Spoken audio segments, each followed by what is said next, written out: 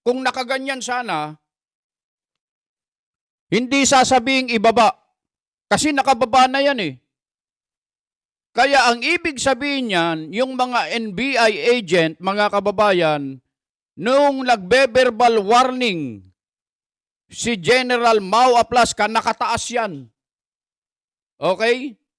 Kasi sinabi niya, nag-verbal warning na ibaba nila yung kanilang mga armas eh. Hindi ibig sabihin, hindi nila ibinabang ganyan. Sa halip mga kababayan, lalo pang itinaas. Kaya ang ginawa ni General Mau Aplasca, mga kababayan, nag-warning shot. At inaasahan niya, pagkatapos niyang mag-warning shot, ay tuluyan ng ibababa ng mga NBI agent yung kanilang mga armas. Pero hindi. Sa halip na ibaba, nakipagpalitan na sila ng putok. Kaya doon nangyari po ang palitan ng putok between the USAA at ang mga ahente ng NBI, mga kababayan. Ayan, i-demonstrate ko po sa inyo para maintindihan ninyo, mga kababayan.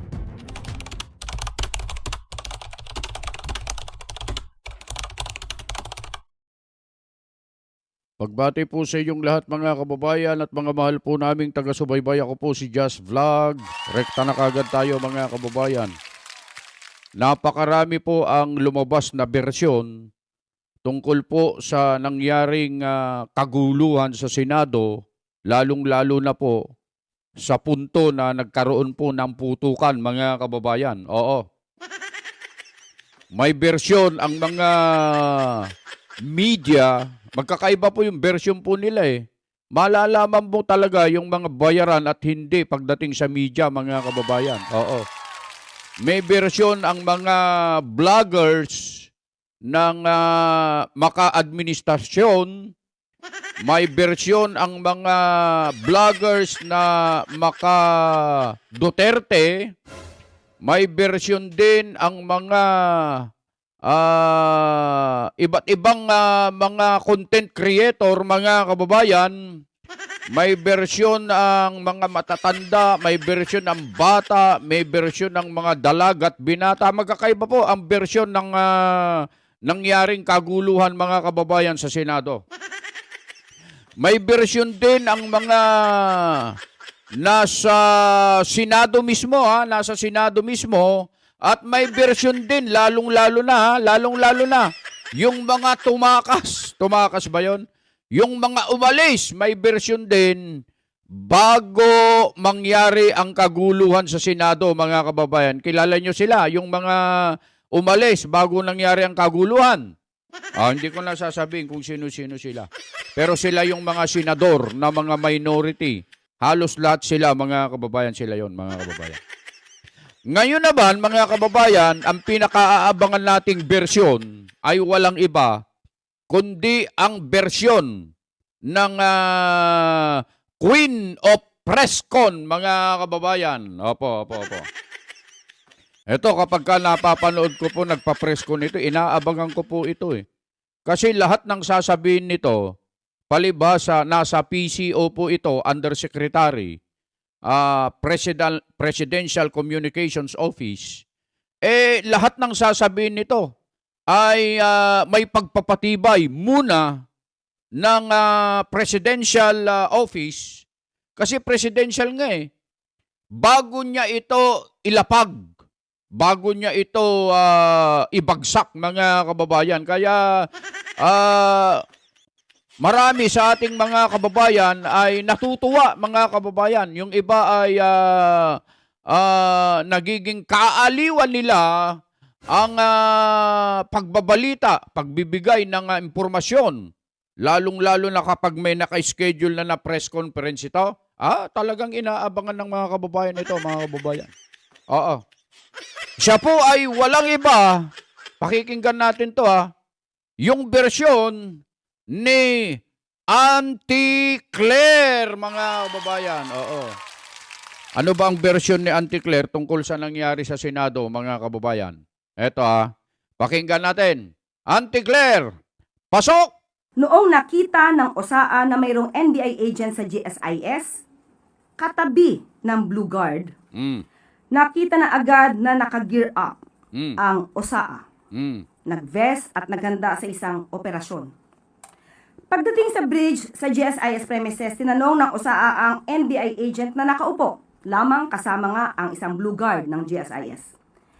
Nagpakilala na NBI agents at nung nagsabi sila ng kanilang pagkakakilanlan, agad nagpaputok ng warning shot si Sergeant at Arms Mau Aplaska. At dahil doon, napilitan ding magpaputok ng warning shot ang NBI agent. Pumunta po kami doon sa Ayan, mamaya na yung kay yung version naman ni Master Sergeant at Arms pala, Master Sergeant. Sergeant at Arms Mau Aplaska mamaya. Eh yun mga kababayan narinig natin yung version ni Auntie Claire, mga kababayan. Oo. Yun daw NBI agent, mga kababayan, na nakaupo kasama ng Blue Guard ng GSIS ay tinanong kung sino sila. At nung sinabi daw nila ang kanilang pagkakakilanlan, ay nagpaputok si Sergeant at Arms Mau Aplaska. Yun ang sinabi ni Auntie Claire, mga kababayan. Tandaan ninyo, mga kababayan, itong mga impormasyong ito na sinasabi ni Auntie Claire sa kanyang mga press conference, ito'y mga legit na information to mga kababayan Ito'y hindi basta-basta kinuha lang kung saan-saan. Ito'y mga impormasyon na ibinigay sa kanya ng mga ahensya ng gobyerno, lalong-lalo na dyan sa NBI, mga kababayan, DILG. Siyempre, sila ang nagpunta sa Senado, mga kababayan, kung ano yung talagang nangyari, yun ang kanilang ibibigay din sa opisina ng PCO, Presidential Communications Office, para yun naman ang ibabato, ilalathala, ilalatag sa tuwing may press conference. Ibig sabihin, lahat ng ibinabagsak ni Auntie Claire sa press conference, mga kababayan, ay may basbas yan. Hindi pwedeng magsabi yan ng walang pagpapatibay ang kinauukulan. Ganun yan, mga kababayan. Narinig natin. Yun daw NBI agent, nakaupo. At nung tinanong daw sila kung sino sila, at sinabi yung kanilang pagkakakilanlan, ayon sa kanya, ay doon na daw po nagpaputok si Sergeant at Arms Mau Aplaska, mga kababayan. Yan ang batay sa sinabi ni Auntie Claire sa kanyang press conference. Ngayon naman, mga kababayan, pakinggan naman natin ang version naman ni Sergeant at Arms Major o retired Major General Mau Aplaska. Siya po ang nangunguna ngayon. Siya po ang itilalaga ngayon na pinakahepe ng USAA, mga kababayan. Yung mga kumbaga gwardiya dito. Ito yung mga nangangasiwa doon sa seguridad naman sa Senado, mga kababayan. Siya po ang pinaka-head, mga kababayan. Siyempre, siya po ang nandun mismo, Nandun siya mismo sa pagkakataong yun. At higit sa lahat, siya mismo ang nagbigay ng warning shot. Ano po ang sinasabi naman niya tungkol doon sa mga NBI agent? Ganito kaya, katulad ng sinasabi ni Auntie Claire na nakaupo daw, pagkatapos ng magpakilala ng kanyang pagkakakilanlan ay agad pinaputukan ang mga NBI. Ganun ba yon? Ay, pakinggan natin ito, mga kababayan. pumunta po kami doon sa area na kung saan mayroon pong sighting ang mga NBI agents. Oh. So nagpaalam po ako kay Senate President para i-check po at i-verify yung report na mayroong mga armadong NBI agents na nandyan sa second floor exit. At nung nandun na po kami sa area, na-confirm po namin at nakita po namin yung mga tao na armado, kaya po as part of our procedure, ay challenge po namin siya, verbal challenge po. This is yung aming pong procedure of the continuing use of force. So una muna, verbal warning. So challenge po kung sino sila, sumugot naman na NBI agents. Pero nung sinabi namin na bakit kay armado, ibaba niyo yung mga baril nyo, instead of lowering down the firearm, tinaas po nila yung baril, kaya nagpaputok po kami ng warning shot. Pagkatapos po namin mag-warning shot, i-expect po namin na ibaba po nila yung mga baril. But instead, gumanti po sila ng pagbabaril sa amin, kaya po napaatras po kami ng kaunti. At doon na po, tuloy-tuloy na po yung exchange of gunfire. Oo, iyak-lak ka mismo. Pumutok ng tatlo, paatalas. Cover ako. Saan kayo sir, di ba? Sa... Yung sa opisina ni Ganda. Sa kantin. Oo, dito sila lumabas sa kayan. Yung patabing pintuan ng kay Ligarda. Ayun mga kababayan, nakita natin yung video, narinig, napanood natin yung sinabi, version naman ni retired Major General Mau Aplasca. Ang sabi niya, mga kababayan, nagpaalam pa sa Senate President na i-verify kung talagang may report nga po na may mga tao na armado sa second floor. Okay? At nang sila ay pumunta, nakumpirma nila may mga tao nga daw doon na armado. At nung tinanong kung sino sila, mga kababayan, ay nagpakilala silang mga NBI. Pero, as part of our procedure, sabi nga niya, nagbigay sila ng verbal warning. Ibig sabihin, nagsalita na sila ay magbaba ng kanilang mga armas.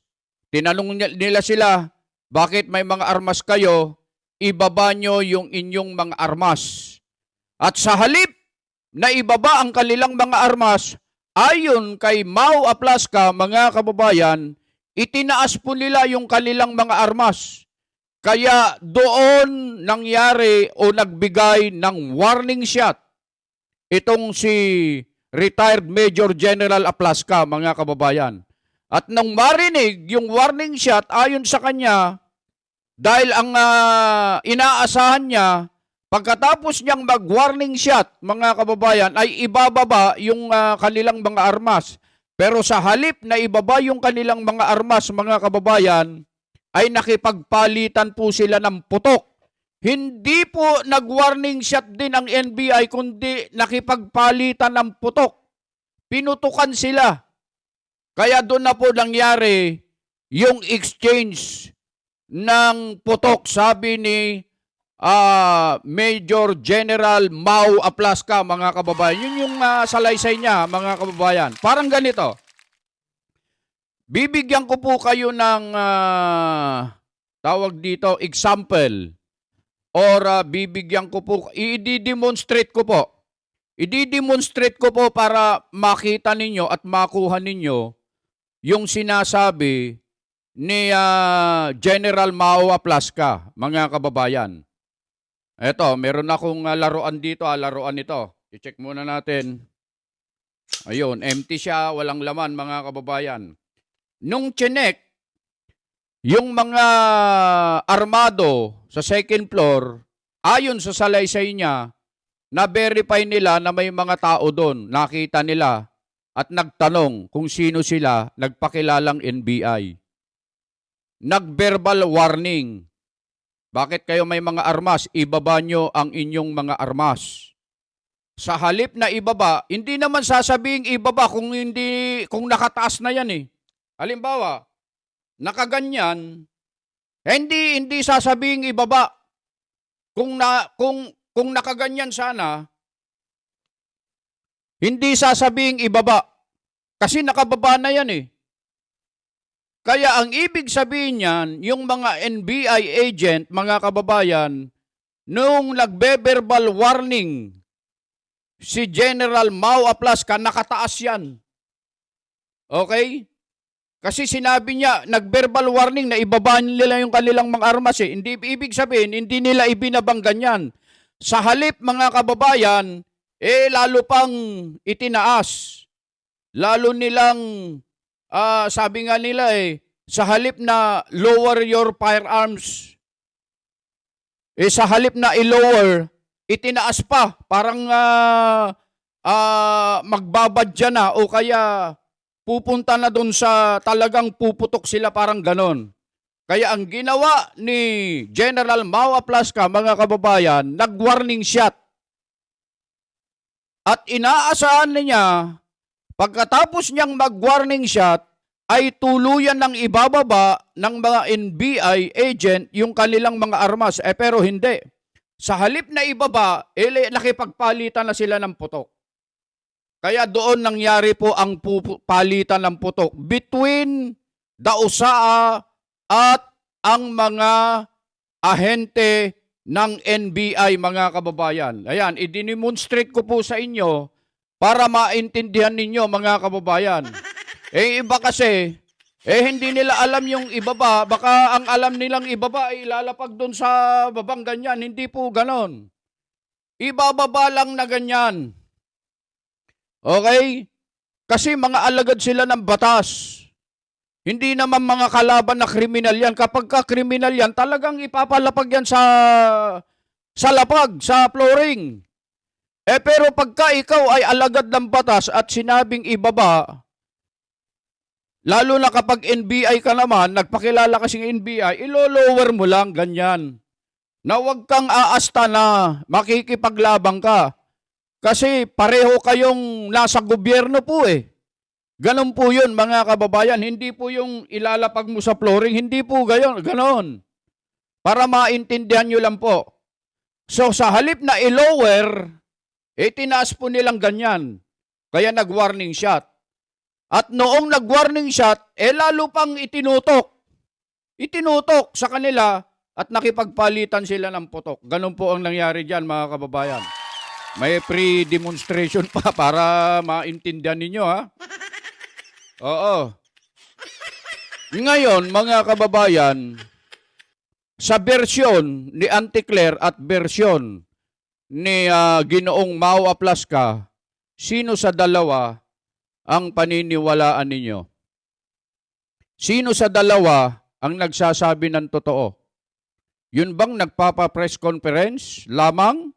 O yung taong mismong nandoon sa pinangyarihan, nandoon at siya mismo ang nagpaputok ng warning shot? Sino ang paniniwalaan nyo, mga kababayan? Kayo po ang huhusga. Eto, matindi, mga kababayan. Meron ding bersyon ang ating Pangulo tungkol dyan sa nangyari sa Senado. Opo! Eto, matindi ito. Ha? Pakinggan naman natin ang bersyon ng ating Pangulo sa nangyari sa Senado. Ito. Kaya nung kausap ko si Director Matibag, sabi niya walang NBI doon, nandito lahat kami sa opisina. Siya plus kami pumutok ng tatlo patalas. Cover ako. Saan kayo sir, di ba? Yung sa opisina ni Carda. Sa kantin. Dito sila lumabas sa ngayon. Yung katabing pintuan ng kay Carda. Kaya nung kausap ko si Director Matibag, sabi niya walang NBI doon, nandito lahat kami sa opisina. Ayun, mga kababayan, yun naman po ang bersyon ng ating Pangulo. Yung sinasabi niyang yun, batay doon sa sinasabi din, impormasyon na ibinigay ni Director Matibag, mga kababayan. Ang sabi daw ni Director Matibag nung nag-usap sila sa telepono, mga kababayan, walang NBI doon. Nandito lahat kami sa opisina. Ibig sabihin, mga kababayan, parang sinasabi ni Matibag, wala talagang NBI doon. Pero ano yung nakita natin sa video? Sino yung nakaputukan ng mga usaha? Ibig bang sabihin, mga kababayan, ay pinasok na tayo ng mga terorista na ginamit ang vest, uniforme ng mga taga-NBI, mga kababayan? At kung kayo ay nanonood ng balita, mga kababayan, inamin ni Direktor Matibag na nakipagpalitan din ng putok itong mga taga-NBI, mga kababayan. Inamin niya yon.